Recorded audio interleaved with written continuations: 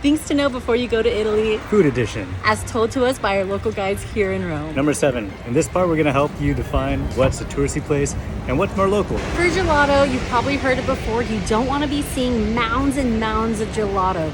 You want to be seeing the gelato that is coverable. It doesn't need to be covered, it just needs to be coverable. And also with the cones, if you see some massive scoops of ice cream on that cone, it's probably not legit. With mounds of gelato coming out of the freezer, it is impossible to maintain the same temperature up top. Also, to keep those mounds fresh, they need to use preservatives, whereas real gelato doesn't have preservatives, so it needs to stay cool. Number 8, expansive restaurant menus.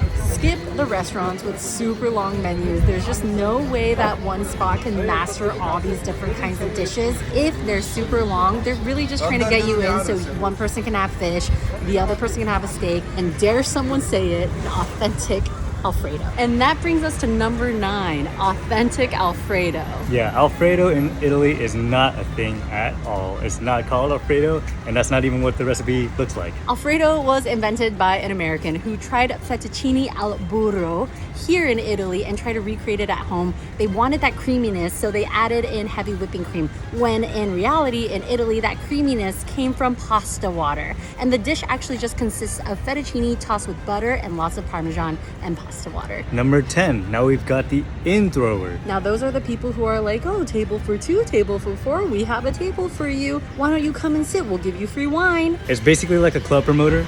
If you have somebody standing outside of the restaurant telling you to come in, it's a tourist trap. 11, the dish of the day. Be wary of the dish of the day. It could be a way for you to help the restaurant get rid of their leftover ingredients and could look like the form of mixed seafood with pasta. So it's all their leftover fishes, clams, mussels, whatever it may be, tossed with some pasta, and you're helping them out by getting rid of their leftovers. Number 12, we forgot to talk about coffee. Okay, so coffee is typically meant to be drunken at the bar, and you just sort of drink it there and then leave. You don't really sit down for it. You don't have cafe with milk or cafe latte after around like 10 a.m.